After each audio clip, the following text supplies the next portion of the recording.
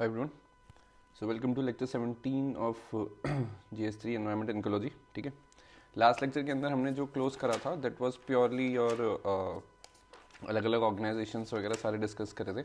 ठीक है, इंडिया का जो क्लाइमेट चेंज का वो है नेशनल एक्शन प्लान, वो सब हमने डिस्कस करा था. ठीक है, उसके अंदर हमने 8 जो बेसिक नेशनल एक्शन प्लान्स थे उसके बारे में डिस्कस करा है पूरा.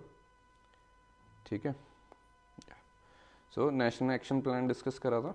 ठीक है, इंडिया के पर्सपेक्टिव से 8 थे टोटल और लेक्चर नंबर 22 था शंकर के अंदर.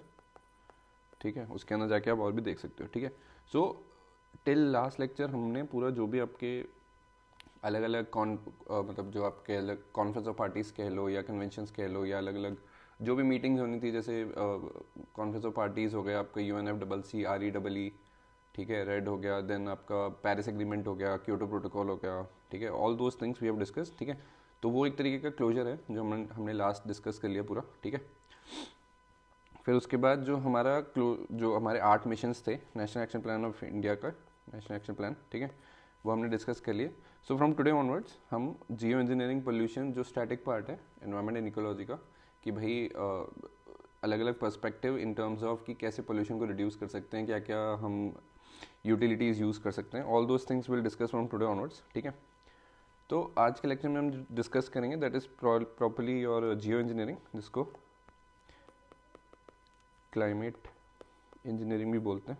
ठीक है, देन जियो इंजीनियरिंग के बारे में पढ़ेंगे, then different different pollution type पढ़ेंगे, जिसके अंदर आपका जो अमोनिया, ठीक है, और ओजोन, चैपमैन फॉर्मूला होता है एक, सॉरी चैपमैन. ठीक है, ओजोन डिप्लीशन, क्लोरीन का कितना इफेक्ट था. ठीक है, ये सारी चीज़ें हम डिस्कस करेंगे. क्लोरीन इफेक्ट ऑन ओजोन, तो ये पोल्यूशन का पार्ट है, वो डिस्कस करेंगे. And then will understand the importance of EIA that stand as environment impact assessment. ठीक है, तो इसके बारे में पढ़ेंगे, क्या इसका एम है, क्या करना चाह रहा है, कैसे स्टेप्स फॉलो होते हैं और कौन कौन से प्रोसेस इसको इसमें इम्प्लीमेंट करा गया. ठीक है, सो लेट्स स्टार्ट. ये वाला जो है ना इन्वायरमेंट लेजिस्लेशन, ये प्रोबेबली नेक्स्ट लेक्चर से स्टार्ट करेंगे because this is a completely different topic और उसके लिए पूरा स्टार्टिंग से रखना पड़ेगा लेक्चर. ठीक है, तो हम ये 3 आज डिस्कस करेंगे. This will be your lecture 18. ठीक है, so let's start. So basically climate engineering और जियो इंजीनियरिंग का क्या सीन है. जियो इंजीनियरिंग का ये है कि भाई आप 2 तरीके से आपका जो भी एनवायरनमेंट और वेदर है उसको एड्रेस कर सकते हो. ठीक है, एक है कि जो भी ग्रीन हाउस गैसेज हैं जो हमारे एनवायरनमेंट के अंदर प्रोड्यूस हो रही हैं उसको आप रिमूव करो. ठीक है, जिसमें कार्बन डाइऑक्साइड हो गया, हाइड्रोजन सल्फाइड हो गया, all those gases which can cause green house gases. ठीक है, उनको आप रिड्यूस करो. दूसरा है कि आप सोलर रेडिएशन मैनेजमेंट करो, कि भाई जो सन की लाइट है, ठीक है, ये आपका बेसिकली सन टू अर्थ जितना रेडिएशन आ रहा है उसको आप या तो रिड्यूस करो. ठीक है, या ऐसे मैकेनिज्म या ऐसी टेक्नोलॉजी इंप्लीमेंट करो जिसकी वजह से जो सोलर रेडिएशन है वो अब इंडिया नहीं मतलब वर्ल्ड पूरे अर्थ पे रिड्यूस अमाउंट के अंदर है, सो दैट जो हमारा कंटिन्यूसली ग्लोबल वार्मिंग जो बढ़ रहा है अप्रॉक्सीमेटली 2 डिग्री सेल्सियस के हिसाब से बढ़ रहा है. ठीक है, तो वो आपका लिमिट होना चाहिए. ठीक है, तो इन 2 बाइफिकेशंस के बेसिस पे आपकी जियो इंजीनियरिंग और क्लाइमेट इंजीनियरिंग बाइफिकेटेड है. Basically these are the means कि कैसे हम इन 2 ऑब्जेक्टिव्स को अचीव करें. ठीक है, सो इन 2 ऑब्जेक्टिव्स को जो कि अलग अलग टाइप के हैं, कि एक तो आप गैसेस रिमूवल की बात कर रहे हो और दूसरी तरफ आप सोलर रेडिएशन मैनेजमेंट की बात कर रहे हो. ठीक है, तो एक में तो आपका जो पोल्यूशन है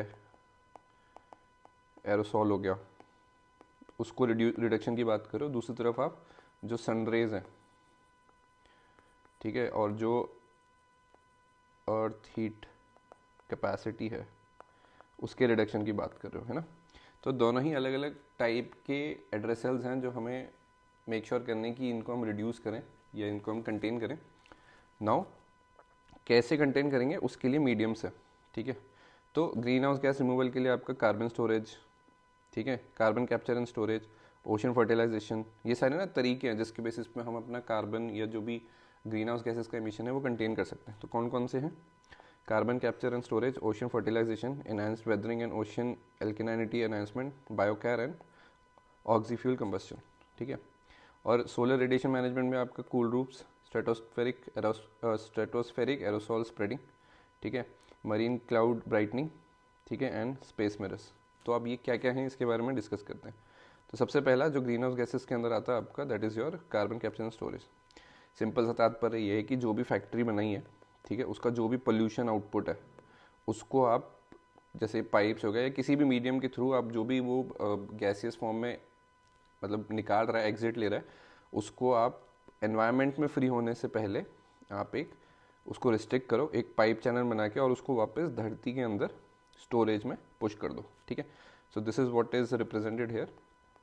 मतलब जो होता है ना, बड़ी बड़ी फैक्ट्रीज में बड़ी बड़ी चिमनी होती है, तो चिमनी में जो भी एग्जिट हो रहा है उसको आप पॉइंट सोर्स मानो। पॉइंट सोर्स को जैसे ही वो निकलने वाला हो एनवायरनमेंट में, तभी आप उसको स्टार्ट कैप्चर करो, और कैप्चर करके पाइप के through capturing back of carbon in the land, ज़मीन के अंदर वापस उस कार्बन को पुश कर दो। सो this is like underground storage, underground storage. ठीक है, तो ये आपका कार्बन कैप्चर एंड स्टोरेज है। ठीक है, दूसरा टाइप जो हमने ग्रीन हाउस गैसेस के अंदर पढ़ा था, that was your ocean fertilisation. तो ओशन फर्टिलाइजेशन क्या है आपका, basically south ocean iron fertilisation. इसका सिंपल तात्पर्य ये है कि भाई आप पानी के अंदर जितना ज़्यादा आयरन की क्वांटिटी बढ़ाओगे ना, उतना ज़्यादा ही आपका जो एल्गी है, ठीक है, ग्रीन प्रोडक्शन, ठीक है, जिसको फाइटोप्लैंक्टन्स भी कहते हैं, उसका अगर जितना ज़्यादा, देखो पानी के अंदर आयरन इंक्रीज करने से एल्गी और फाइटोप्लैंक्टन्स का जो क्वांटिटी है ना उनकी वो बढ़ेगी। जितनी ज़्यादा वो स्पीशीज़ की क्वांटिटी बढ़ेगी उतना ज़्यादा ही वो कार्बन एब्जॉर्ब कर सकते हैं। ठीक है, सो यही है सेंस इसका। ठीक है, सो ओशन फर्टिलाइजेशन में you have south ocean iron fertilisation. ठीक है, iron in ocean produces more algae and more algae produces more oxygen under ocean. ठीक है, phytoplankton consumes carbon from atmosphere during photosynthesis. ठीक है, कार्बन को वही basic जो प्रिंसिपल है फोटोसिंथेसिस का कि आप कार्बन कंज्यूम करो और ऑक्सीजन एक्सहेल करो, तो उसी के बेसिस पे जो आपका ऑक्सीजन का कंटेंट है ओशन के अंदर वो इंक्रीज हो जाएगा। ठीक है, बाय एब्जॉर्बिंग, और मतलब ओशन के अंदर ऑक्सीजन तो इंक्रीज हो गई, साथ साथ आपका जो कार्बन का कंटेंट है एटमॉस्फेयर के अंदर वो भी आप कंज्यूम कर सकते हो, and that will eventually reduce the carbon content in the environment. ठीक है, तो ये था आपका ocean fertilisation. Next is your enhance weathering. ठीक है, ओशन एल्कलाइन वेदरिंग। इसका क्या सेंस है, इसका ये है कि भाई सिलिका, मैग्नीशियम एक्सेट्रा कि ये जो केमिकल्स होते हैं, इनको अगर आप ज़मीन और उस पर कोस्टल रीजन्स पे स्प्रेड करोगे या ओशन पे स्प्रेड करोगे ना, ये जो एटमॉस्फेयर के अंदर प्रेजेंट कार्बन होता है उसको एब्जॉर्ब करते हैं, and then they eventually becomes carbonate rocks. वो बाकी बाद में डिजोल्व हो जाते हैं या फिर वो सेटल डाउन हो जाएंगे ज़मीन के अंदर। ठीक है, तो these chemicals are reactive in nature. ठीक है, तो eventually they will absorb the carbon and eventually CO3 होता है कार्बोनेट का, जैसे मैग्नीशियम कार्बोनेट MgCO3 होता है, तो वो बन के they will eventually absorb the carbon और वो वहाँ पे सेटल हो जाएंगे। ठीक है, सो लिखने के हिसाब से अभी कोई नोट्स है नहीं। ठीक है, so you can just write down whatever I have written on the screen. ठीक है, सो ओशन फर्टिलाइजेशन में ठीक है जो है वही है। Enhanced weathering में silica, magnesium etcetera spread on land, coastal regions, ocean etc. and they will eventually absorb carbon and become carbonate rocks. ठीक है, now fourth one is your बायोकार। ठीक है, बायोकार के अंदर प्रोसेस होता है पायरोलिसिस। इसमें क्या रहता है, ऑर्गेनिक मैटर जितना भी रहता है ना, ऑर्गेनिक मैटर हम समझते हैं जिसके अंदर कार्बन प्रेजेंट होता है, कार्बन प्रेजेंस, जिस भी मटेरियल के अंदर कार्बन प्रेजेंस होगा दैट इज योर ऑर्गेनिक। ठीक है, so heating up of organic matter in the absence of oxygen and at very high temperature। ठीक है, इस प्रोसेस को आपको कहते हैं पायरोलिसिस। ठीक है, तो आप बायोकार के थ्रू भी आपका जो कार्बन का कंटेंट है वो कंज्यूम कर सकते हो। ठीक है, in the absence of oxygen, because oxygen के एब्सेंस के साथ ही आपका एनवायरनमेंट के अंदर रिएक्शन नहीं होगा। ठीक है, second is your oxy fuel combustion. Oxy fuel combustion, ये एक मिनट, ये अभी भी हम यस इसी के बारे में डिस्कस कर रहे हैं, ग्रीन हाउस गैसेस के। ठीक है, so last one is your oxy-fuel combustion। oxy-fuel combustion का क्या रहता है कि burning with only pure oxygen because it will not have remaining gases like nitrogen और arsenic which will result in low pollution। ठीक है, मतलब देखो कंबस्शन के बेसिस पे आप ये मानो कि कोई भी ऐसी मशीनरी हो गई या कोई भी ऐसी फैक्ट्री हो गई जहाँ पे अगर आप इग्निशन यूज़ कर रहे हो, ठीक है, आग जला रहे हो, तो अगर आप कंबस्शन में प्योर ऑक्सीजन का यूज़ करोगे तो बाकी के जो एलिमेंट्स हैं, भाई देखो जो भी कंबस्शन होता है, कंबस्शन में आपका जो मेन आउटकम है दैट इज़ योर हीट और एनर्जी। ठीक है, और हीट और एनर्जी के अलावा बाय प्रोडक्ट्स बहुत होते हैं, ठीक है। अब वो बाय प्रोडक्ट्स क्या होते हैं, कार्बन डाइऑक्साइड हो गया, कार्बन मोनोऑक्साइड हो गया, हाइड्रोजन सल्फाइड हो गया, ठीक है, या ये सिंपल नाइट्रोजन या आर्सेनिक हो गया, ठीक है। ये सारी चीज़ें ना बाय प्रोडक्ट्स के तौर पे एनवायरनमेंट में रिलीज होती हैं, ठीक है। तो भाई अब कंबस्शन तो ज़रूरी है। कंबस्शन क्यों ज़रूरी है? Because you have multiple like जैसे कार्स, ठीक है, फैक्ट्रीज, ठीक है, बड़े बड़े ट्रक्स कह लो या ट्रेन्स कह लो। इसमें अभी जैसे ट्रक्स और हैवी मशीनरी है, उसमें कहीं ना कहीं फ्यूल का कंबस्शन होता है। तो अगर हम क्वांटिटी जो है, जो कि कंबस्शन हो रहा है, अगर हम उसमें प्योर ऑक्सीजन के बेसिस पे ही कंबस्शन को इग्नाइट करेंगे ना, तो जो बाय प्रोडक्ट है, ठीक है, प्योर ऑक्सीजन के बेसिस पे अगर हम करते हैं कंबस्शन, तो बाय प्रोडक्ट जो है विच इज़ लाइक नाइट्रोजन और आर्सेनिक, उसका बाय प्रोडक्ट्स का रिडक्शन सिग्निफिकेंटली बढ़ जाएगा, ठीक है, रिडक्शन विल इंक्रीज। तो अब अगर ये बाय प्रोडक्ट का रिडक्शन बढ़ गया है कि आउटपुट में बाय प्रोडक्ट्स में आ ही नहीं रहा कुछ भी, so that will eventually cause us to achieve low pollution, ठीक है। Low pollution in any sense, air pollution कह लो प्राइमरीली, और बाकी टाइप का पोल्यूशन भी रिड्यूस होगा, ठीक है। So this comes under your oxyfuel combustion, ठीक है। एक और टाइप भी है इसके अंदर, गैस स्वीटनिंग। गैस स्वीटनिंग का क्या मतलब होता है? देखो, जो भी गैसेज होती है ना, जैसे आपका सीएनजी कह लो, अब सीएनजी के अंदर अगर वो हाइड्रोजन सल्फाइड यूज़ हो रहा है ना, तो दैट बिकम्स अ वेरी सोर गैस, ठीक है। तो जिसके अंदर हाइड्रोजन सल्फाइड की क्वांटिटी ज़्यादा होगी, कंबस्शन होगा, बट उसका बाय प्रोडक्ट में पोल्यूशन बहुत ज़्यादा होता है, ठीक है। So gas sweetening is also process where any gas which is sour in nature can be और should be converted to sweet gas, जिसके अंदर हाइड्रोजन सल्फाइड का जो प्रेजेंस है ना, वो रिड्यूस हो जाता है, so that the combustion won't generate high amount of wastage और हाई अमाउंट ऑफ पोल्यूटेंट्स, ठीक है। तो ये आपका पूरा GH ग्रीन हाउस गैसेस के रिडक्शन को लेकर था, ठीक है। नाउ सोलर रेडिएशन मैनेजमेंट में आपका cool roofs, stratospheric aerosol spreading, marine cloud brightening और स्पेस मिरर के बारे में बात करेंगे, ठीक है। तो सबसे पहला स्पेस मिरर। स्पेस मिरर का फंडा क्या है कि भाई सन से जो भी रेडिएशंस आ रही है, अर्थ पे पहुंचने से पहले आप स्पेस के अंदर मिरर्स लगा दो, जो कि आने वाली सनरेज को डिफ्लेक्ट करेंगे, ठीक है। इतना ही प्रोसेस है। तो जैसे अगर आज के टाइम पे let's say for example hypothetically speaking 100 rays आ रही हैं, ठीक है, अर्थ पे, तो after installing all these reflectors 80 या 70 रेज आएंगी, ठीक है। बिकॉज जो 20 होंगी वो रिफ्लेक्ट हो जाएंगी, ठीक है, those reflected raise will not reach on earth. तो बाकी अगर 80 से 70 रेज ही आ रही है, ठीक है, तो कहीं ना कहीं हमारा जो अर्थ का टेम्परेचर है वो कम होगा, ठीक है। So this is your planning space mirrors, ठीक है। दूसरा टाइप जो कि सोलर रेडिएशन मैनेजमेंट में काम आता है, that is your cool roof, ठीक है। It's not reef, it's roof. Wait, हमने कई बार देखा होगा कि जैसे पुराने टाइम में ना हमारे घर वगैरह जो बनते थे वो वाइट कलर के बनते थे, कूल रूफ, ठीक है। तो कूल रूफ का क्या मतलब है कि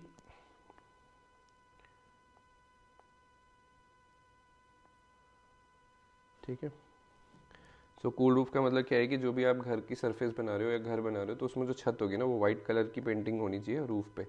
वाइट कलर का क्या है, जैसे हमें पता होना चाहिए, वाइट क्या है, is a very good reflector, white colour.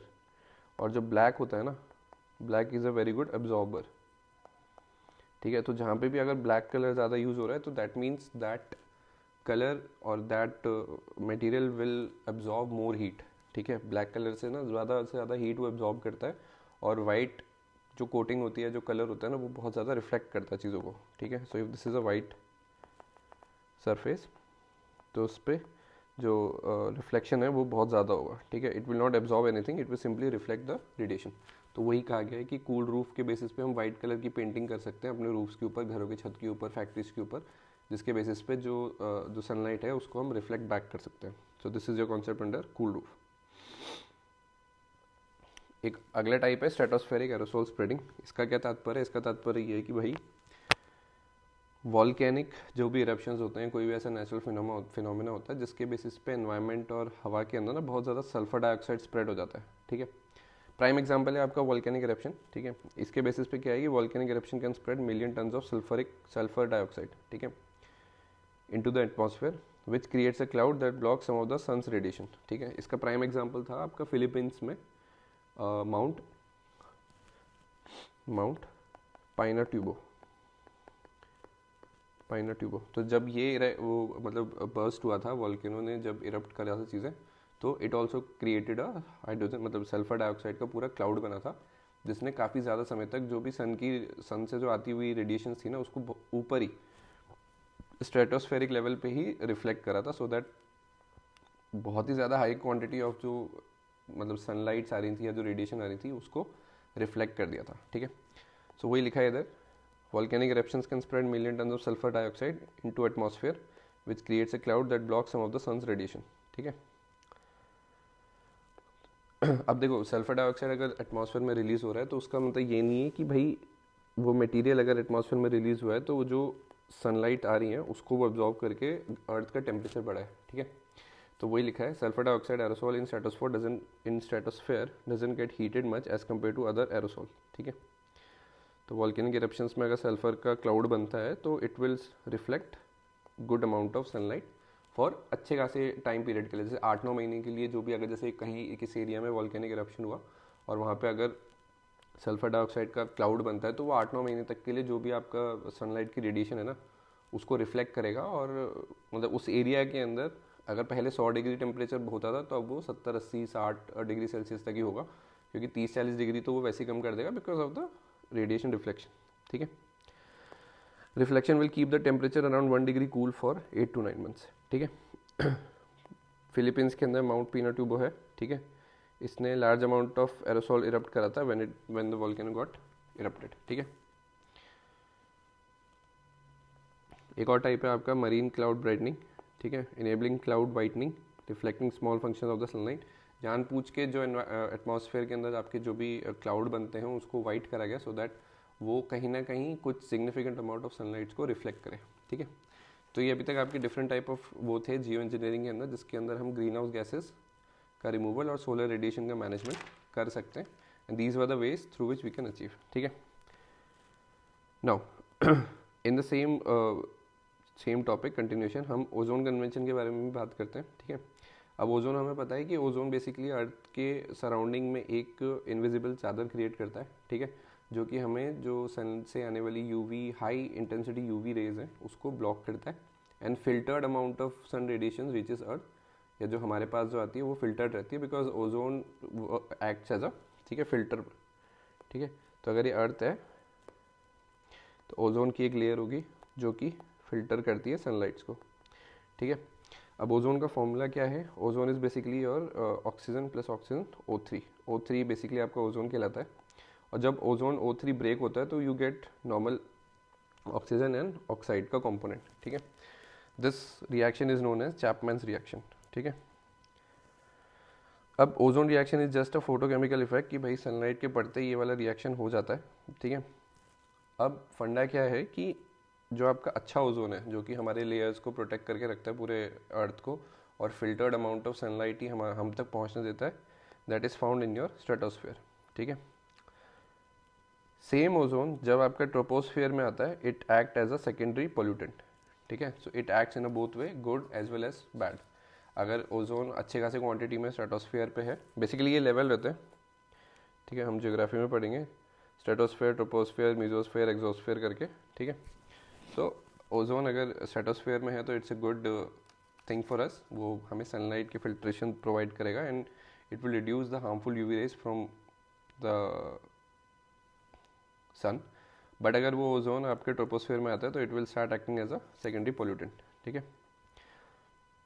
अब ओजोन का कन्वेंशन हमारे लिए ज़्यादा ज़रूरी इसलिए बिकॉज क्लोरोफ्लोरोकार्बन हमने बहुत सुना था। ठीक है, तो क्लोरोफ्लोरोकार्बन के अंदर जब आपका क्लोरोफ्लोरोकार्बन के बाद ना बेसिकली ये मानो CFC के बाद HFC आया था, हाइड्रोफ्लोरोकार्बन। ठीक है, अब CFC को हटा के HFC को लाने का क्या रीज़न था वो हम समझेंगे, बिकॉज जब हमें बाद में पता लगा ना कि क्लोरोफ्लोरोकार्बन का में जो मेन एलिमेंट है दैट इज़ योर क्लोरीन। ठीक है, chlorine acts in a very destructive manner with ozone, so you have chlorine plus O3, it causes a mass destruction of ozone layer. Ozone layer का destruction होता है इससे। अब भाई अगर ओजोन लेयर का डिस्ट्रक्शन हो गया तो ऑब्वियसली जो यूवी रेज जो आ रही हैं जो फिल्टर होकर आती थी because of the ozone layer, वो फिल्ट्रेशन नहीं होगा एंड विल बी मतलब will get expose to the harmful UV rays. ठीक है, तो उसी के लिए ये जानना ज़रूरी है कि भाई CFC क्या है, फिर HFC क्यों आया, and we have a very important agreement known as Kigali agreement.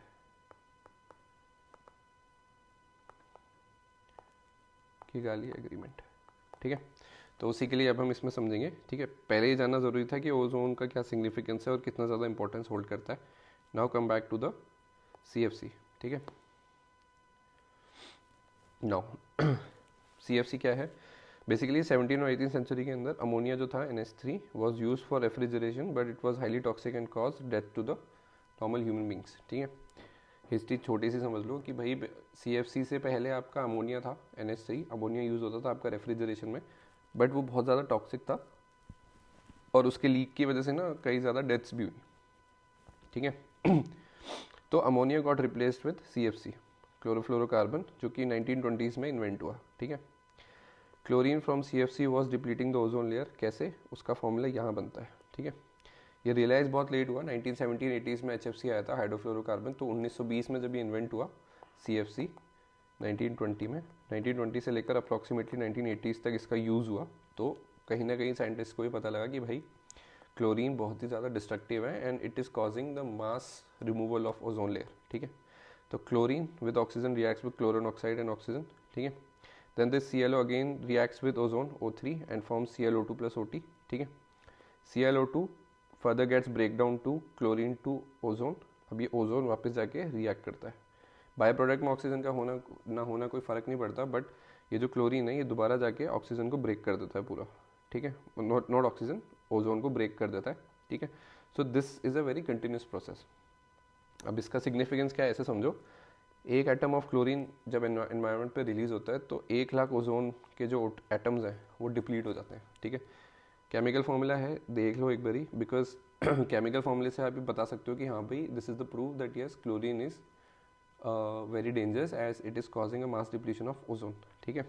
तो chlorine reacts with ozone, form ClO plus OT, O2 normal oxygen, then again ClO plus O3, ClO reacts with ozone and forms ClO2 plus oxygen.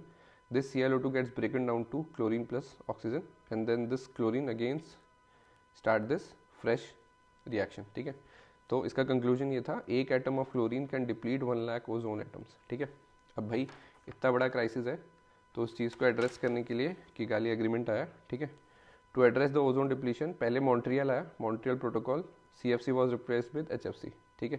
फिर उन्होंने बोला कि भाई इसको बंद करो, और ये डिसीजन कब लिया गया? मॉन्ट्रियल प्रोटोकॉल में, ठीक है। अब देखो HFC जो आया, HFC बेसिकली आपका CFC का रिप्लेसमेंट था, बट दिक्कत HFC के साथ ये थी कि भाई ये ग्रीन हाउस गैस था, ठीक है। तो माना कि एक तौर पे वो ओजोन को डिप्लीट नहीं कर रहा, but because it's a green house gas it eventually caused an increase in the atmospheric temperature of earth, ठीक है। तो लिख लो थोड़ा, CFC में हमने in 17-18 century ammonia was use for refrigeration but it was highly toxic and cause death. Later full stop करके full stop, later CFC was introduced in 1920s, ठीक है। CFC contains chlorine which was depleting ozone layer, ठीक है। फिर इस पर formula है यहाँ पे, ये लिखो, केमिकल रिएक्शंस, ठीक है। To address the ozone depletion Montreal protocol, in Montreal protocol it was decided that CFC needs to be replaced with HFC, ठीक है। But one drawback of HFC was that it is a GHG, green house gas, which has a very high property of energy holding, ठीक है। Energy holding का property हमने starting के एक दो lecture में पढ़ा था, जाके देखो। एनर्जी होल्डिंग की प्रॉपर्टी ये रहती है कि भाई एक अगर वो कुछ अगर सनलाइट से एक्सपोज होता है तो उसमें कितनी ज़्यादा टेंडेंसी होती है to hold that energy and for how long that chemical और that element will remain in the atmosphere, ठीक है। तो वो आपकी प्रॉपर्टी शो करता है कि इसकी एनर्जी होल्डिंग प्रॉपर्टी कैसी है, ठीक है। नाउ मॉन्ट्रियल प्रोटोकॉल के बाद आपका किगाली एग्रीमेंट आया। Kigali is a place in Rwanda, ठीक है, अफ्रीका कॉन्टिनेंट के अंदर, ठीक है। इसमें क्या था भाई, in 2016 Kigali agreement happened which was amendment to Montreal protocol 1987 to phase out hydrofluorocarbon, ठीक है। तो पहले आपका अमोनिया, अमोनिया के बाद पहले आपका अमोनिया, फिर आपका CFC, देन HFC। अब HFC का डिसाइड ये होगा कि भाई since it's a green house gas उसको भी आपको रिड्यूस या रिमूव करना पड़ेगा अपने कंजम्पशन से, ठीक है। तो ये कहाँ डिसाइड हुआ, ये किगाली एग्रीमेंट में डिसाइड हुआ कि भाई HFC को फेज आउट करना है, ठीक है। HFC were not dealt in Paris agreement but Montreal agreement as they are green house gas just like carbon dioxide and methane, ठीक है। Kigali agreement for HFC was binding on countries since 2019, 2019 के बाद से implement रहेगा, but Kigali agreement हुआ 2016 में था, ठीक है। बाइंडिंग कंट्रीज जो मेंबर्स हैं उनके ऊपर ये बाइंडिंग होगा 2019 से, ठीक है। अब इस चीज़ को एड्रेस करने के लिए किगाली एग्रीमेंट में पूरा जो वर्ल्ड है, जितने भी मेंबर्स हैं, जो भी उसने सिग्नेटरीज हैं, उनको डिवाइड कर दिया गया 3 ग्रुप्स के, ठीक है। 3 ग्रुप्स में कैसा था कि पहला ग्रुप था आपका डेवलप कंट्रीज़ का, दूसरा ग्रुप था आपका China and African countries, and तीसरा ग्रुप था आपका developing countries like India and Iran, ठीक है। टाइम पीरियड दिया गया कि भाई तुम अपना जो HFC का कंजम्पशन है वो 10% तक रिड्यूस कर दो बाय 2019। जब भी 2016 में साइन हुआ तो डेवलप कंट्रीज़ को टारगेट मिला कि 2019 तक अपना 10% ऑफ योर 2011 to 13 लेवल आप रिड्यूस करो, ठीक है। फाइनल जो टारगेट रखा है डेवलप कंट्रीज़ के लिए दैट इज़ योर 85% का रिडक्शन होना चाहिए। 85% मतलब अगर आप आज के टाइम पे 100 यूज़ कर रहे हो तो आपके पास 2036 तक का टाइम है कि आप सिर्फ 15 यूज़ करो, ठीक है। So it's a reduction of 85%। तो ऐसे टाइम पीरियड बांटा गया। फाइनल टारगेट है 2036 का फॉर ग्रुप 1, जिसके अंदर डेवलप कंट्रीज़ हैं, कि भाई आपको टोटल 85% का रिडक्शन करना है, ठीक है। और इनिशियली जो 2019 तक का टाइम है उसमें उनको 10% का रिडक्शन करना है फ्रॉम देयर 2011 टू 2013 लेवल, ठीक है। सेकेंड जो ग्रुप है चाइना एंड अफ्रीकन कंट्रीज़, उनके लिए टारगेट दिया गया कि भाई आपको 10% तक का रिडक्शन दिखाना है बाय 2029, और 2029 में आपको जो 10% का रिडक्शन करना है that should be of your 2020 to 2022 level, ठीक है। इनके पास टारगेट है 2045 का, जिसके अंदर इनको 80% रिडक्शन दिखाना है in the consumption of HFC, ठीक है, हाइड्रोफ्लोरोकार्बन, ठीक है। और group 3 developing countries like India, उनके पास टारगेट है कि भाई आपको 2032 तक 10% का रिडक्शन दिखाना है from there 2024 to 2026 levels. Final target is your 85% reduction by 2047, ठीक है। सो इसके बेसिस पे आपका पूरा बाइफिकेटेड है किगाली एग्रीमेंट में। किगाली एग्रीमेंट किस लिए है? To phase out hydrofluorocarbon. Kigali agreement से पहले आपका मॉन्ट्रियल एग्रीमेंट आया था। मॉन्ट्रियल एग्रीमेंट में बोला गया कि भाई CFC को रिप्लेस करके HFC यूज़ करो, ठीक है। अब किगाली में बोला गया कि HFC को फेज आउट करो because it's a green house gas and it is eventually causing a increase in earth's temperature. Grouping करी गई किगाली एग्रीमेंट में, सबको अपने अपने टारगेट्स दिए गए, ठीक है। अलग अलग टाइमलाइंस है, 2036 for group 1, 2045 for group 2 and 2047 for group 3, ठीक है। So this was your Kigali agreement. Now important topic, next topic is your environment impact assessment, EIA, ठीक है। अब देखो इसका तात्पर्य क्या है कि भाई जो भी आप डेवलपमेंट का प्रोजेक्ट ले रहे हो, ठीक है, डेवलपमेंट के प्रोजेक्ट में अगर आपने उस प्रोजेक्ट को डेवलप करते हुए या डेवलपमेंट के उस साइकिल में अगर आपने एनवायरनमेंट की नेसेसिटीज़ या उसकी रिक्वायरमेंट्स को केटर नहीं करा, तो then it becomes a very it leads to a very bad impact on the ecosystem, environment, aquatic ecosystem, atmosphere, hydrosphere, biosphere, हर जगह उसका कहीं ना कहीं नेगेटिव इम्पैक्ट होता है, ठीक है। नाउ टू अंडरस्टैंड कि कितना इम्पैक्ट होगा, कहाँ इम्पैक्ट होगा, किस लेवल पे इम्पैक्ट होगा, कि भाई अगर हम कोई भी प्रोजेक्ट अगर बनाते हैं, फॉर एग्जांपल मैं बोलूँ कि भाई ये रिवर बह रही है, रिवर में हम एक डैम बना रहे हैं, ठीक है। अब डैम बनाते ही हमें ये पता होना चाहिए, जो भी हमारा प्लानिंग फेज़ है या जो भी हमारा कंस्ट्रक्शन फेज़ है उसमें हमें ये चीज़ पता होना चाहिए, this is the flow of water, कि एक डैम बनाने पे एनवायरनमेंट पे कितना ज़्यादा इफेक्ट पड़ेगा उसका, ठीक है। फॉर एग्जांपल तुमने डैम बनाना स्टार्ट करा तो सबसे पहला इम्पैक्ट जो होगा वो होगा एक्वेटिक इकोसिस्टम पे, है ना, कि भाई जो नेचुरल फ्लो ऑफ वाटर है उसके संग जो आपके मछली हैं, शार्क हैं, डॉल्फिन्स हैं, अंदर के प्लैंकटन्स हैं, ठीक है, ड्यूगोंग है, जितना भी एक्वेटिक इकोसिस्टम है उस पर कितना इम्पैक्ट होगा पहले तो उसको एनालिसिस करो, ठीक है। उसके साथ साथ अगर आप रिवर फ्लो को रोक रहे हो तो आसपास के एरिया के अंदर जितने भी लोग हैं, people who are dependent on that area, उन पे कितना इम्पैक्ट होगा, ठीक है। अब अगर पानी का फ्लो रुक रहा है तो ऑब्वियसली जियोग्राफिकल चेंजेस भी होंगे, ठीक है। डाउन स्ट्रीम में जैसे ये पानी बह रहा है तो तुमने यहाँ पे डैम बना दिया, अब डाउन स्ट्रीम में तो क्वांटिटी ऑफ वाटर है वो रिड्यूस हो गई, क्वांटिटी ऑफ वाटर रिड्यूस हो गई तो डैम के इस तरफ भी एक्वाटिक सिस्टम पे इम्पैक्ट पड़ेगा, एक्वाटिक इकोसिस्टम पे, और डैम के इस तरह भी आपके एक्वाटिक इकोसिस्टम पे इम्पैक्ट पड़ेगा। उसका एनालिसिस कि भाई हम डैम बनाएंगे, तो डैम बनाने से पहले ये समझो कि भाई तुम्हारे डेवलपमेंट प्रोजेक्ट के बेसिस पे एनवायरनमेंट पे कितना इम्पैक्ट आता है। इस पूरी कहानी का मतलब जो कंक्लूजन है वो आपका EIA के अंदर मेंशन करा जाता है, एनवायरनमेंट इम्पैक्ट असेसमेंट होती है, ठीक है। आई होप ये चीज़ समझ में आ गई हो, ठीक है। डिटेल के अंदर तुम सीधा जाके शंकर के अंदर पूरा लेक्चर है, ठीक है, जाके पढ़ सकते हो, ठीक है। ओके, तो बेसिकली क्या है, यहाँ पे एक आपका चार्ट बनाया गया, उसके बेसिस पे टाइम और एनवायरनमेंट के बीच बनाया गया, ठीक है। अब देखो, environment will remain constant if you don't have any project, ठीक है। The moment you have any project, यहाँ पे अगर तुमने प्रोजेक्ट स्टार्ट करा तो over the period of time environment degrade होना स्टार्ट हो गया, देख रहे हो। पहले अगर प्रोजेक्ट स्टार्ट नहीं हुआ था, let's say this was 100, over the period of time this came down to 50, so there is a significant reduction in environment's, quality कह लो या डाइवर्सिटी कह लो या कुछ भी कह लो, ठीक है। ये जो डिफरेंस हुआ ना 100 से 50 का, this is your adverse impact, कि भाई तुम्हारे प्रोजेक्ट की वजह से एटमॉस्फेयर पे इतना इम्पैक्ट पड़ा, ठीक है। इस इम्पैक्ट को रिड्यूस करने के लिए you have your environment impact assessment, ठीक है। तो अगेन सेम चीज़ है, यहाँ पे तुम्हारा टाइम का ग्राफ है, ये तुम्हारा एनवायरनमेंट हो गया। अगर EIA नहीं है तो इतना इम्पैक्ट है, अगर EIA है तो लिमिटेड इम्पैक्ट है, बट जो इम्पैक्ट है उसके बारे में हम पहले डिस्कस कर सकते हैं, क्वांटिफाई कर सकते हैं, या पहले एनालिसिस कर सकते हैं कि हमारा जो प्रोजेक्ट है वो कितना इम्पैक्ट लाएगा आसपास के सराउंडिंग में, ठीक है। तो आई होप ये दोनों ग्राफ समझ में आ गए हैं। This is without EIA and this is with EIA, ठीक है। नाउ कॉन्सेप्ट जो है जो स्टार्ट हुआ है EIA का, वो USA से स्टार्ट हुआ है, ठीक है, USA से लेके आए गए थे। स्टेप्स फॉर इम्प्लीमेंटिंग EIA आपका शुरू होता है screening, scoping, this is number first, scoping is 2, third is public consultation and fourth is your approval, ठीक है। 4 स्टेप्स के अंदर, मतलब ओवरऑल 4 स्टेप्स में बांटा गया है। तुम शंकर को पढ़ोगे तो उसमें और भी ज़्यादा डिटेल में दिया गया है, बट ओवरऑल ओवरव्यू समझ में आ गया तो पता हो जाएगा कि कितना क्या होना है, मतलब कौन कौन से मेजर स्टेप्स हैं। तो मेजर स्टेप्स आपके स्क्रीनिंग, स्कोपिंग, पब्लिक कंसल्टेशन और अप्रूवल ही है, ठीक है।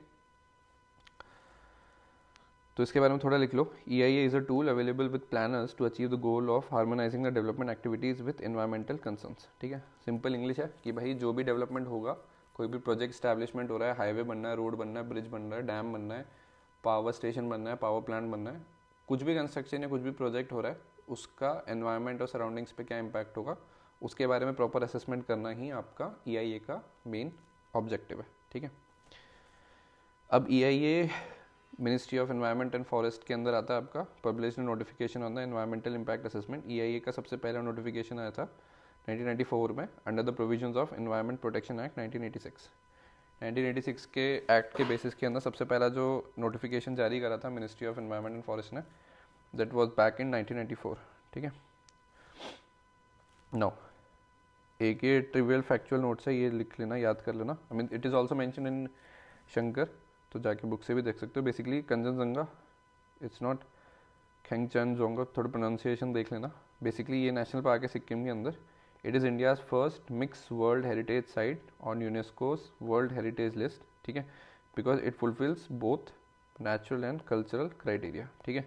तो ये प्रीलिम्स के हिसाब से मेरे को लगा बन सकता है स्टैटिक पार्ट में, तो मेक श्योर मतलब ज़्यादा डिफिकल्ट नहीं है, ठीक है। पार किया सिक्किम के अंदर, ठीक है।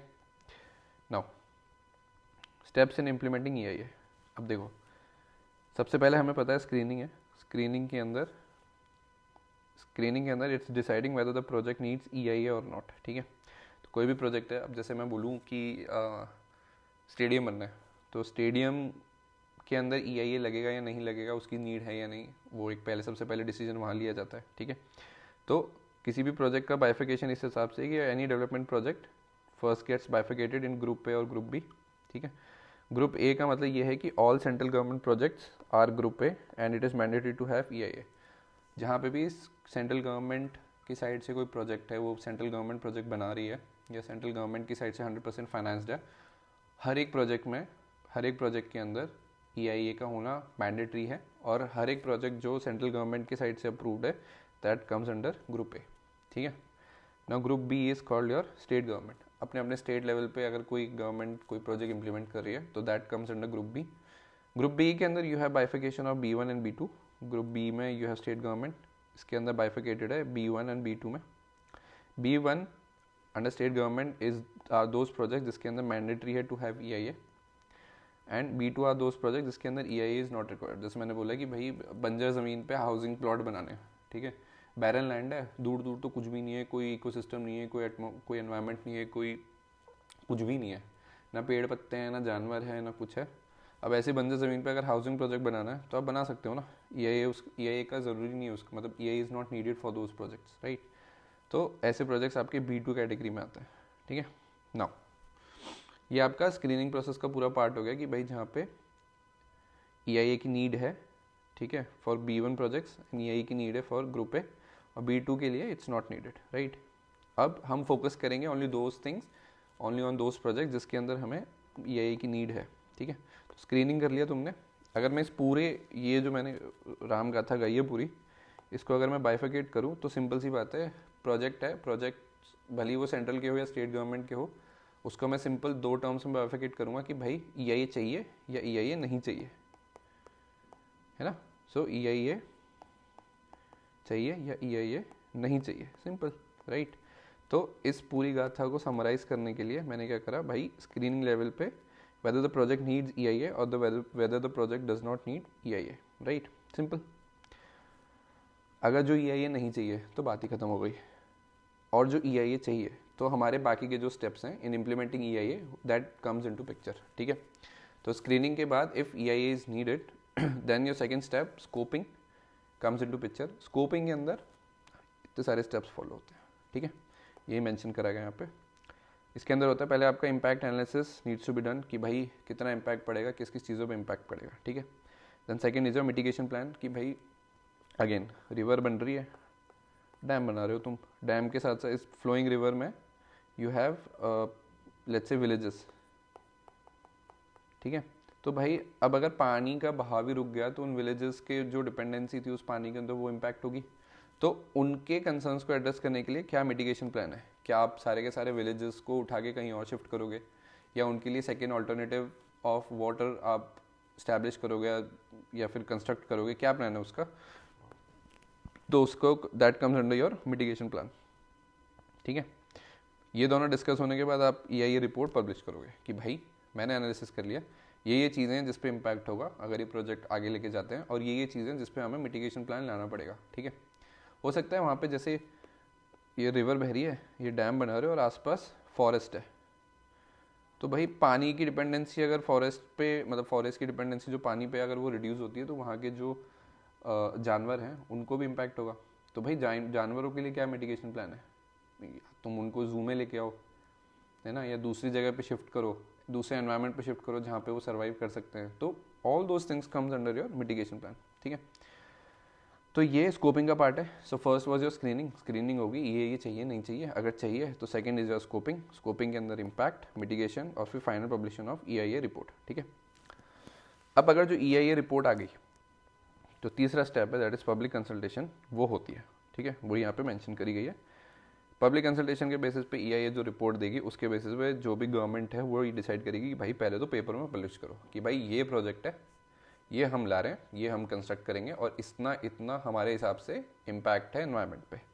तो एडवर्टीजमेंट होगी पूरी नेशनल एंड रीजनल न्यूज़पेपर, ठीक है। जिस एरिया के अंदर वो प्रोजेक्ट बनने जा रहा है वहाँ पे जितने भी लोकलाइज NGOs हैं उसके संग डिस्कशन होगा। अब हो सकता है फॉर एग्जांपल नदी बह रही है, डैम बना रहे हो, तो एक NGO है जो फॉरेस्ट देखता है, एक NGO है जो ट्राइबल्स को देखता है, ठीक है, एक NGO है जो विलेजेस हैं आसपास वहाँ के बच्चों के लिए कुछ खाना पीना प्रोवाइड करता है। तो आप अलग अलग ये जितने भी इम्पैक्टेड एरियाज में NGOs हैं उनसे बात करोगे, अपना प्रपोजल बताओगे कि भाई हम ये कंस्ट्रक्ट करने वाले हैं, ये उसका इम्पैक्ट है, ये उसके बेनिफिट है। All those things you will discuss with the local NGOs और रीजनल NGOs, ठीक है। फिर आप एनरोल करोगे एमिनेंट पर्सनालिटीज़ को जिनकी मास फॉलोइंग हो, या जैसे फॉर एग्जांपल पोलियो है ना, पोलियो के लिए आपके पास गवर्नमेंट ने मास जो एमिनेंट पर्सनालिटी सेलेक्ट करी है that is your Amitabh Bachchan, है ना। तो हमने देखा है कि big B has been promoting polio की 2 ड्रॉप्स सिंस एजेस, ठीक है। तो गवर्नमेंट ने उनको पकड़ा हुआ है कि भाई आप जो भी बोलोगे ना, public has a believe in you and public has a, मतलब मिस्टर बच्चन की बहुत ज़्यादा अच्छी फ़ैन फॉलोइंग है, तो पीपल लिसन टू हिम। तो गवर्नमेंट ने क्या करा कि भाई कोई भी सोशल ड्राइव है, जैसे भाई polio is a very very needed activity. Polio drops जो होती हैं that acts as a very, मतलब बच्चे की ग्रोथ के लिए बहुत ज़्यादा ज़रूरी है, ठीक है। तो अब भाई पोलियो के केसेस रिड्यूस करने हैं, तो गवर्नमेंट ने तो सेटअप कर दिया, मुफ्त में पोलियो की खुराक मिल रही है, you know doctors are there, nurses are there to provide you the medicine. But अगर जो पब्लिक है, if they are not even aware या दे डोंट नो कि व्हाट आर द बेनिफिट्स, तो वो कहीं ना कहीं दिक्कत देगा, है ना। तो उसी के बेसिस पे government enrols eminent personalities so that they can run their campaign through them, ठीक है। तो पोलियो का कैंप हो गया, ठीक है। पहले टीबी का कैंप भी आता था, टीबी के भी एडवर्टीजमेंट आते थे, 2 हफ्ते से ज़्यादा खांसी टीबी के लक्षण, है ना। तो ऑल दीज थिंग्स, मतलब it helps in people awareness, ठीक है। तो इसके बेसिस पे पब्लिक कंसल्टेशन के अंदर you have eminent personalities who will tell the benefits और हु विल ऑल्सो शेयर कि भाई क्या इम्पैक्ट हो सकता है, क्या क्या उसके प्रोज हैं, और ये थोड़ा बहुत कॉन्स होगा वो भी हम हाईलाइट करेंगे, ठीक है। फिर होती है मीटिंग आपकी पूरी विलेजर्स के साथ कह लो, या आपके जो भी पंचायत हो गया उनके संग डिस्कशंस होंगे, वो सारी मीटिंग्स की भाई हम प्रॉपर बताएंगे ये हम प्रोजेक्ट बनेगा, इतना इम्पैक्ट है, ये बेनिफिट्स होंगे। जैसे डैम बन रहा है तो बिजली मिलेगी, तो हो सकता है सारे फार्मर्स को फ्री में बिजली मिले, जैसे एरिया में डैम बन रहा है। तो ऑल दीज थिंग्स हैपन। तो जो भी मीटिंग्स होती है ना, with the public, with the tribals, with the panchayat, state government, या जो थर्ड लेवल ऑफ गवर्नमेंट है, बिल्कुल लोकल सेल्फ गवर्नमेंट जिसके अंदर म्यूनिसिपैलिटी हो गया, हर चीज़ की एक रिकॉर्डिंग करी जाती है, so that everything should be transparent कि गवर्नमेंट ये करना चाहती है, ये इसके बेनिफिट है, इतना इसका इम्पैक्ट होगा, all these detail get shared, ठीक है। ऑल्सो नाउ अब जैसे कि भाई डैम बन रहा है, ये डैम बन रहा है, ये हाईवे बन रहा है, तो obviously CPD central public works department के जो ऑफिशियल्स होंगे वो वहाँ प्रेजेंट रहेंगे and they will guide through and they should be aware कि भाई अच्छा ऐसे ऐसे प्रोजेक्ट आने वाले टाइम में बनेगा, तो if they are required to contribute, if they are required to say about their expertise, then they can say, ठीक है। तो ये सारा आपका पब्लिक कंसल्टेशन का पार्ट है, विच इज़ थर्ड, ठीक है। Now the last step in EIA is your approval.